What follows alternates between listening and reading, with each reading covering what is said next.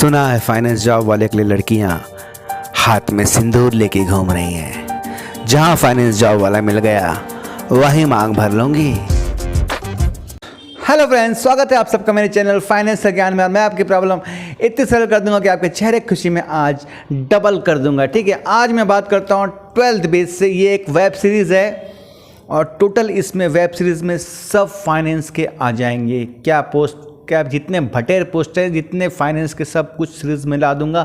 पहले bell notification on कर लो, channel को सब्सक्राइब, लाइक और शेयर तो भाई को करते ही हो।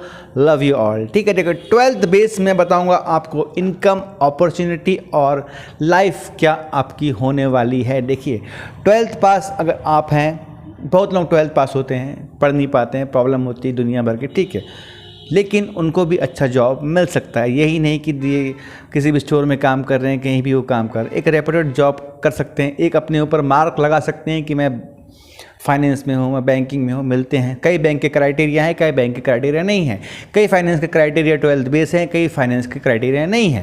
तो सबसे पहले बता दूँ मैं 12th बेस को कौन कौन लेती है। एक तो माइक्रो फाइनेंस 12th बेस ले लेगी, कोई श्रीराम फाइनेंस 12th बेस लेती है। ठीक है, महिंद्रा फाइनेंस 12th बेस लेती है और अपना बजाज फाइनेंस 12th बेस लेती है। ये सब फाइनेंस 12th बेस लेते हैं। बाकी और फाइनेंस भी लेते हैं, लेकिन उसमें थोड़ा जुगाड़ चाहिए। तो आपको दिखा देंगे कि रनिंग एग्ज़ाम कर रहा है, पढ़ाई कर रहा है, ग्रेजुएशन कंप्लीट कर लेगा। और से आप कई फाइनेंस में बिल्कुल नहीं होता है, बाकी मल्टीपल फाइनेंस में आपका 12th बेस में से ही फाइनेंस कंपनी स्टार्ट होती है। NBFC का बात कर रहा हूँ मैं, बैंकिंग की बात नहीं कर रहा हूँ। ठीक है, बैंकिंग में भी होता है, बैंकिंग में भी एक दो IDFC है या IDFC है मेरे ख्याल से, है ना, वो लेती है 12th बेस पे लेती है, कोई दिक्कत नहीं। तो आप स्टार्टिंग में जॉब करोगे, देखो आपका ग्रेड एकदम नीचे रहेगा, तो आपको सैलरी आपको 10-12 हज़ार सैलरी मिलेगी 12th बेस पे। ठीक है, आप ज्वाइन करोगे एज ए जूनियर एग्जीक्यूटिव, आपको मिलेगा। आपको मैं आज बात करता हूँ, चलो फाइनेंस का बात, फिर अपन 12th बेस कलेक्शन के बाद में वेब सीरीज़ को और आगे कर देंगे, तो डिटेलिंग वर्क हो जाएगा। ठीक है, आप 12th बेस एग्जीक्यूटिव में ज्वाइन करते हो, आपको 10,000 रुपये आपको सैलरी मिलेगी। ठीक है, पेट्रोल का अलग भी मिल सकता है और पेट्रोल का उसमें इंक्लूड भी हो सकता है, कंपनी वाइज है। ठीक है, तो ये हो गया आपका। ठीक है, अब आपको एक बाइक चाहिए और आपको एक ड्राइविंग लाइसेंस चाहिए जो आपके पास होना चाहिए। ठीक है, उसके बाद अप्लाई कैसे करें, आप लोग बोलते हो ऑफिस विजिट करो, मेरा आता है, या फिर आप किसी से रेफरेंस लगा सकते हो।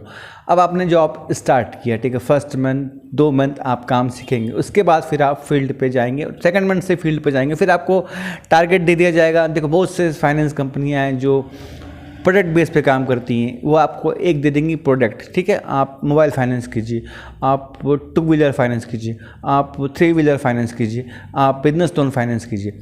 जैसे श्रीराम है, वहाँ पर कुछ वो नहीं है, आप सब कुछ फाइनेंस कीजिए। तो मैं बोलना चाहूँगा, अगर 12th बेस आदमी हैं तो आप बजाज में, महिंद्रा में या फिर श्रीराम में काम कर लिए, आपके लिए ज़्यादा बेस्ट रहेगा। टाइमिंग भी अच्छा है, सब कुछ अच्छा है। ठीक है, अब इसके बाद आपको आएगा टारगेट देंगे। श्रीराम में 4-5 का टारगेट है, बाकी 8-9 टारगेट बहुत ईजिली हो जाता है। अगर मेहनत से 100% वर्क करोगे, सीख के वर्क करोगे, मेरा वीडियो देख के करोगे तो मिल जाएगा। आपको भटकना नहीं है, टारगेट ऑडियंस के पास जाना है। जो चीज़ जहाँ बिकती है वहीं पर जाना है। ठीक है, जहाँ जो चीज़ बिकती नहीं है वहाँ पर आप जाओगे तो कोई मतलब नहीं है। ठीक है, अब धान खरीदने आप जाओगे कश्मीर तो मतलब नहीं है, वहाँ से भी मिलेगा ना। अब धान खरीदना है, चावल वावल खरीदना है तो आप यूपी जाओ, छत्तीसगढ़ आओ, है ना। अब कश्मीर में जाके बोलोगे मुझको गेहूँ चाहिए, मुझको धान चाहिए, तो बोलेंगे हमारे पास तो एप्पल है भाई, अंगूर है, ले जाओ आप इसको। तो ये होता है। ठीक है, तो उसके बाद आप काम करेंगे, आपकी ग्रोथ बढ़ती जाएगी। आपका इंसेंटिव मिला के मैं बोल रहा हूँ 12th बेस पे आप काम करेंगे, क्योंकि सैलरी कम रहेगी। ठीक है, तो आपको 17-18 हज़ार रुपये मंथली मिल जाएगा। ठीक है, जिसमें 5-6 हज़ार रुपये आपका पेट्रोल का एक्सपेंस हो गया, पेट्रोल का मिल गया तो और हो गया। बाकी आप टूर पर निकलेंगे तो उसका सब आपको पैसा मिलेगा, आपकी जेब से खर्चा नहीं होगा। और फाइनेंस कंपनी में 20 दिन आपको फील्ड करना पड़ेगा, 20 दिन कुछ कर नहीं रहेगा, आपको फाइल भरना पड़ेगा। हो सके तो घर में जाके सो भी सकते हो, समझे, कोई दिक्कत नहीं है। आपने वर्क अपना कंप्लीट किया। ठीक है, आपने 1 ईयर्स निकाला। ठीक है, 12th बेस पे आपने वर्क ईयर्स निकाला, अब जूनियर एग्जीक्यूटिव थे। ठीक है, अब आपकी सैलरी बढ़ेगी। ठीक है, आपकी सैलरी इंक्रीज हो जाएगी, ठीक है। इंसेंटिव वही रहेगा, इंसेंटिव से ओवर करोगे तो डबल इंसेंटिव मिलेगा, ये आपके वर्क के ऊपर है, ठीक है। आप 2-3 साल आपने काम किया तो फिर आपका प्रमोशन हो जाएगा एग्जीक्यूटिव में, सैलरी बढ़ रही है लेकिन अब आपको एग्जीक्यूटिव का आपको एज ए परफॉर्मेंस बेस पर आपको सैलरी जहाँ 10 थी वहाँ आपकी 14-1,000 रुपया हो जाएगी। लेकिन मेरा ये कहना है कि अगर आप इसमें सक्सेस हो रहे हैं, काम अच्छा लग रहा है, तो 2 साल का इग्नो से आप कर लो, क्या बोलते हैं, ग्रेजुएशन, या फिर जानते हो ग्रेजुएशन तो आजकल कहीं से भी कर सकते हो यार, पैसा फेंको ग्रेजुएशन करो, है ना, आजकल तो यही चल रहा है एजुकेशन के नाम पे, ठीक है। तो मैं बोलता नहीं भाई, जिसको जो करना है करो, हमको क्या मतलब भाई, एजुकेशन हो आप ग्रेजुएशन कर लो।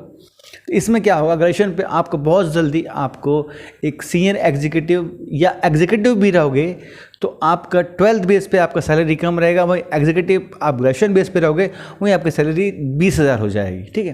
तो ये फ़र्क हो जाता है, 12th बेस में सैलरी आपको हमेशा कम मिलेगी, तो आप 12th बेस में BM भी बन जाओगे, ग्रेजुएशन बेस पे BM को जहाँ 50 मिलेगा वहीं आपको 30 मिलेगा, तो कितने का फ़र्क हो जाता है।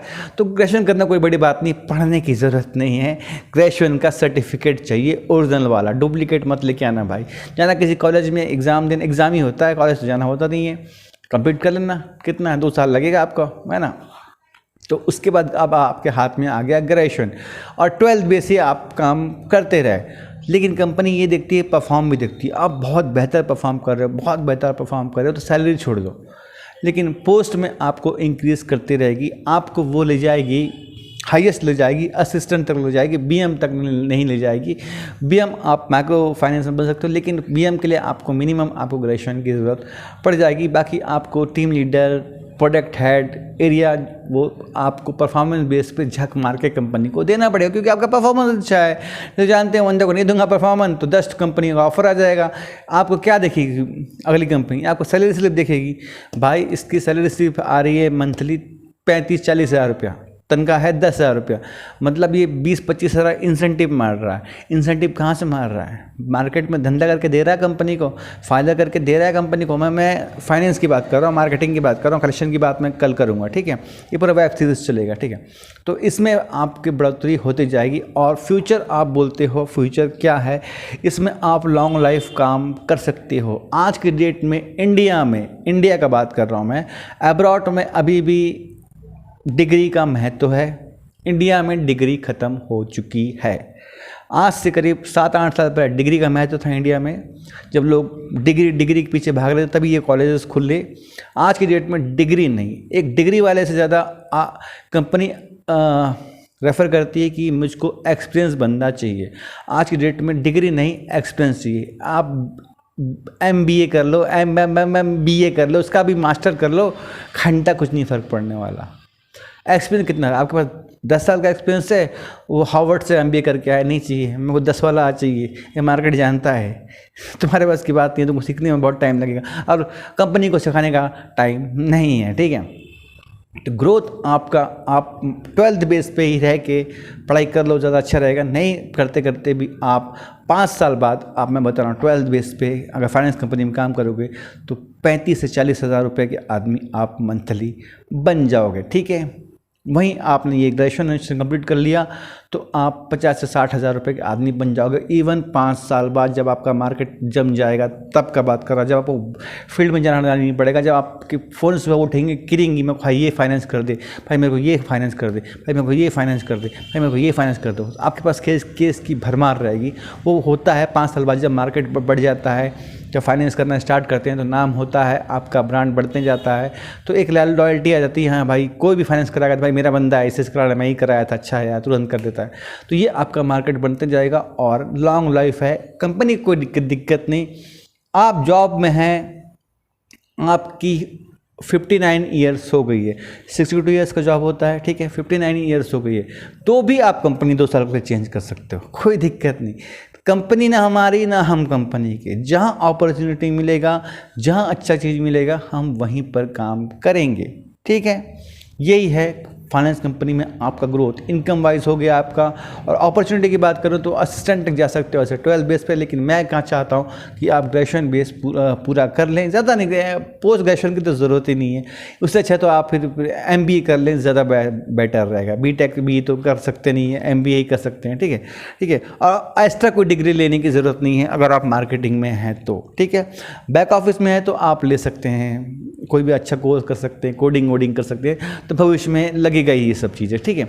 लेकिन एज ए फ्यूचर बताऊँ, 12th बेस का भी फाइनेंस में बहुत है, बहुत इनकम है, बहुत लोग हैं, बहुत कमा रहे हैं और आपकी लाइफ इसमें अच्छी बन सकती है। होप आपको वीडियो पसंद आ, चैनल को लाइक सब्सक्राइब करना।